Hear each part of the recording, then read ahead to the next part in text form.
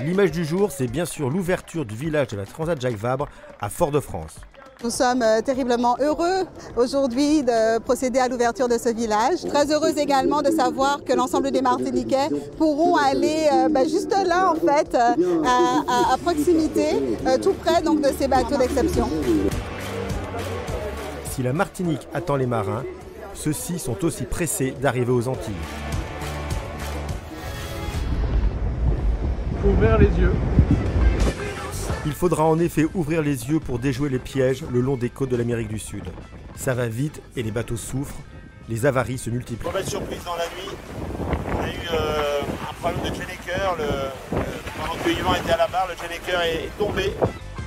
Pour éviter ce genre de mésaventure, les skippers sont à l'écoute de leur monture. Ça demande pas mal d'exigences, de sollicitations pour surveiller le bateau, optimiser les performances. Ne pas faire de bêtises, mais aussi prendre soin des corps. La longueur inédite de la Transat oblige les duos à se rationner. On avait pris 25 jours de gasoil, de nourriture et d'eau, et on est un peu limite. En classe 40, il reste encore 10 jours de course. En ultime, l'écart se resserre entre le deuxième Banque Populaire et son poursuivant direct SVR Lazartigue. Même chose en Ocean 50, la meute revient sur Primonial, la bataille s'annonce féroce. En IMOCA, après le passage de Fernando de Noronha, le trio de tête se tient en moins de 70 000. Les classes 40 pointent enfin leur étrave vers l'ouest et la Martinique. Redman retrouve sa place de leader.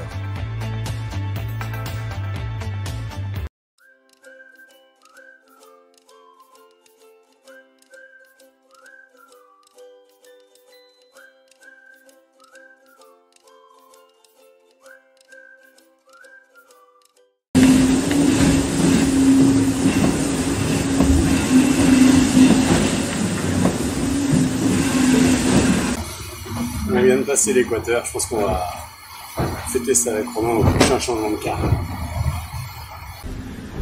Alors on est où? Écoute, la tradition qu'on célèbre le passage de l'équateur. Avec le rhum de stew. Avec le rhum de stew. Alors on commence par qui? Vas-y. Je commence? Allez. Un petit coup pour Seb. Un petit coup pour Neptune. Pour Neptune. Neptune derrière. C'est l'effet du rhum, ça va vite hein. Petit coup pour Neptune. Hop. Et Un petit coup pour Fortunate West Western. Hop. Le beau capitaine. Et un petit coup pour... Ah il est bon. Hein? Allez, ouais, le moqueur. Oh la vache.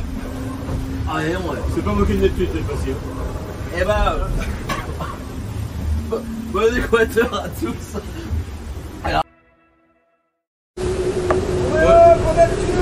Et ouais, bonjour à tous, voilà on a passé l'équateur. La tradition pour Neptune, un petit peu d'alcool pour Neptune. Ce bon élixir de Jean-Philippe Anouilh, merci à lui. On est content. Un peu pour le bateau, un peu pour les bonhommes et surtout pour Neptune. Santé.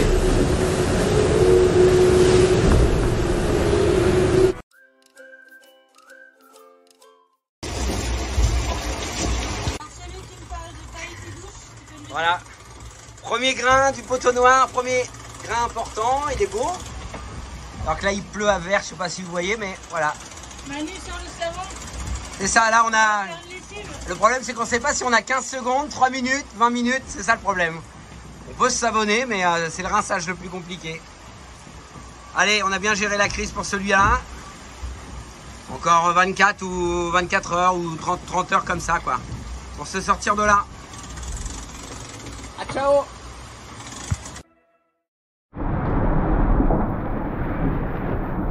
Qu'est-ce que tu fais Nico? Un petite douche hein.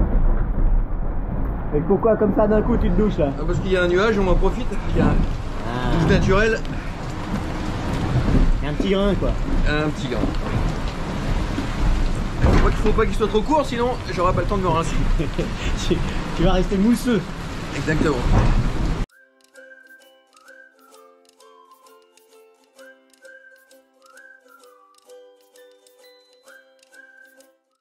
Bon alors du coup pour le pot-au-feu, Nico a épluché les patates toute la matinée. Et puis forcément on a mis un bon bœuf charolais dans tout ça. Et voilà, quand même une cuisine avec une vue plutôt sympa. Donc on n'a pas le droit de se plaindre.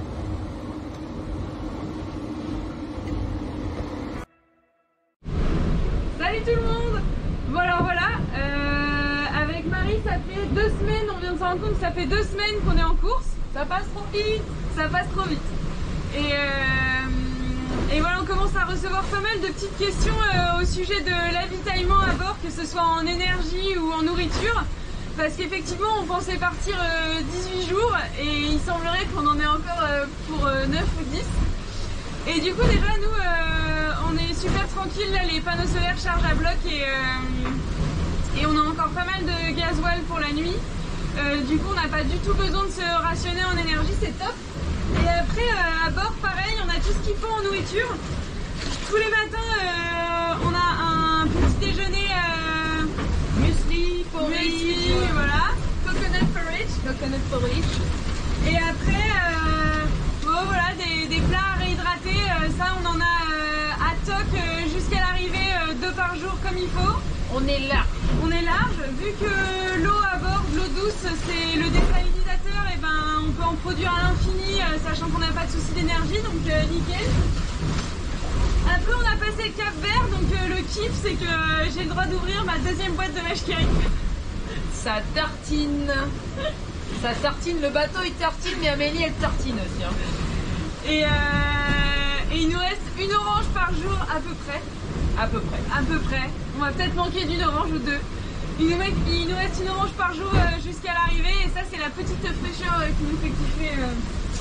Enfin voilà quoi, en gros vous faites pas de soucis, ici on bouffe bien comme il faut tous les jours. C'est important la nourriture. Exactement, et on va bientôt filer vers la Martinique. On n'a pas encore mis le clignotant à droite mais c'est pour bientôt. On a décrété que c'était le début des alizés. Voilà, et donc à partir d'aujourd'hui c'est l'autoroute. Il fait hyper chaud, c'est nickel. Bon, allez, salut! Hello, hello, petit coucou du bord. Salut. On est à bord d'Edenred, on a passé le Cap Vert, ça fait, on sait même plus parce que ça fait un petit moment qu'on tourne autour.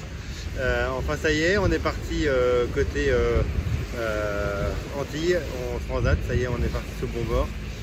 Donc on a fait les comptes niveau nourriture, avitaillement, eau, etc. Donc on est pas mal.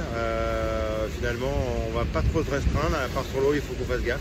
Mais tout est bon. Voilà pour le petit mot de l'avitaillement. Donc on ne mourra pas de faim à bord de Edenred.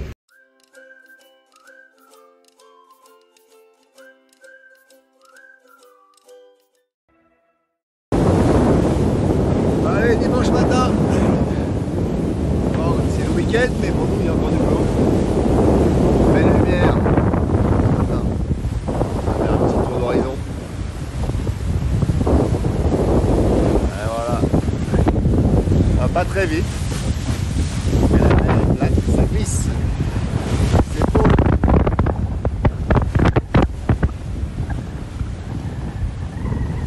Toujours proche de l'équateur, ça fait toujours chaud.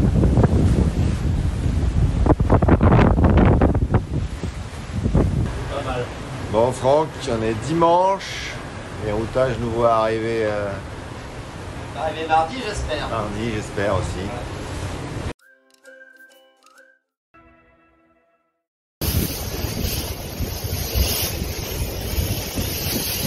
Bon, ce coup-ci, ciel bleu, petit nuage bas, poisson volant, malheureusement aussi quelques sargasses. Nous sommes dans les alizés.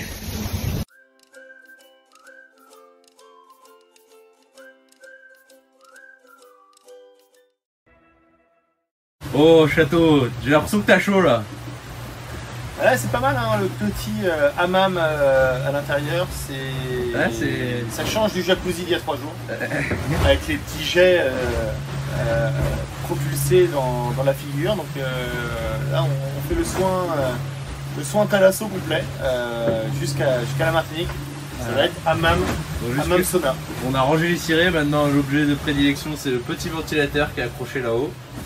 Et on se battait pour être à l'intérieur parce que ça caillait, maintenant c'est l'inverse, on se bat pour être en terrasse.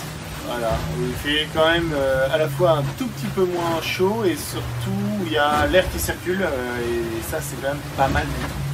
Voilà. Donc moi je fais le malin mais je suis à l'entrée pour avoir pas trop chaud.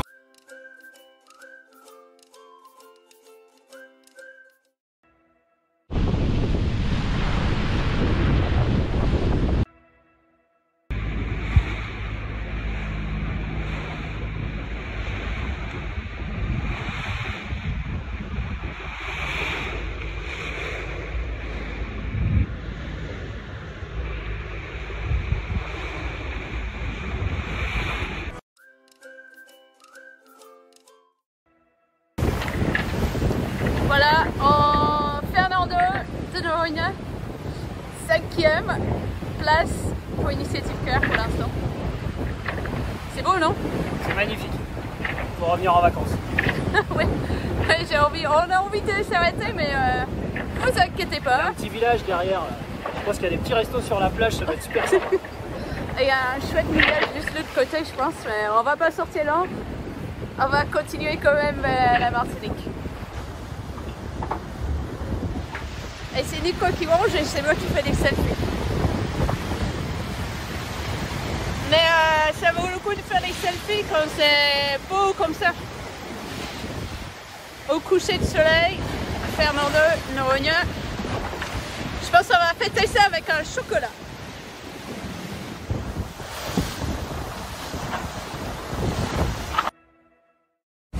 Hello, on est tous les deux avec Yann. On est en train de passer la dernière marque de parcours. On est dans l'hémisphère sud. Fernando. Un petit paradis, on prend plein les yeux, la mer est bleue. Magnifique.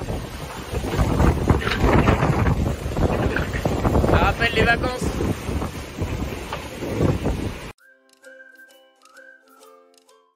Alors Nico, explique-moi qu'est-ce que c'est? C'est une bouée météo que Météo France nous a donnée avant le départ en Grave. Et là on est par 15 degrés nord, on n'est pas loin de l'archipel du Cap Vert et on va jeter la bouée météo à la mer. Ça permet de récolter des informations météo au milieu de l'océan, là où il n'y a pas de poste d'observation, pour pouvoir affiner et faire de meilleures prévisions météo. Et mieux comprendre ce qui se passe dans l'atmosphère et notamment sur l'océan, là où il y a très peu de données. Parfait. Et ça pèse combien? Je crois que l'ensemble fait 20 kg ou un truc comme ça, je crois. Donc il faut qu'on fasse attention à tout jeter. Il faut tout jeter en même temps. Ça c'est la bouée qui flotte et ça c'est l'encre flottante pour qu'elle dérive pas trop. Donc la bouée que nous allons jeter a une durée de vie de 36 mois. Elle pèse 22 kg et elle va émettre un signal toutes les heures. C'est utile pour les marins et on fait ce petit geste pour aider la science.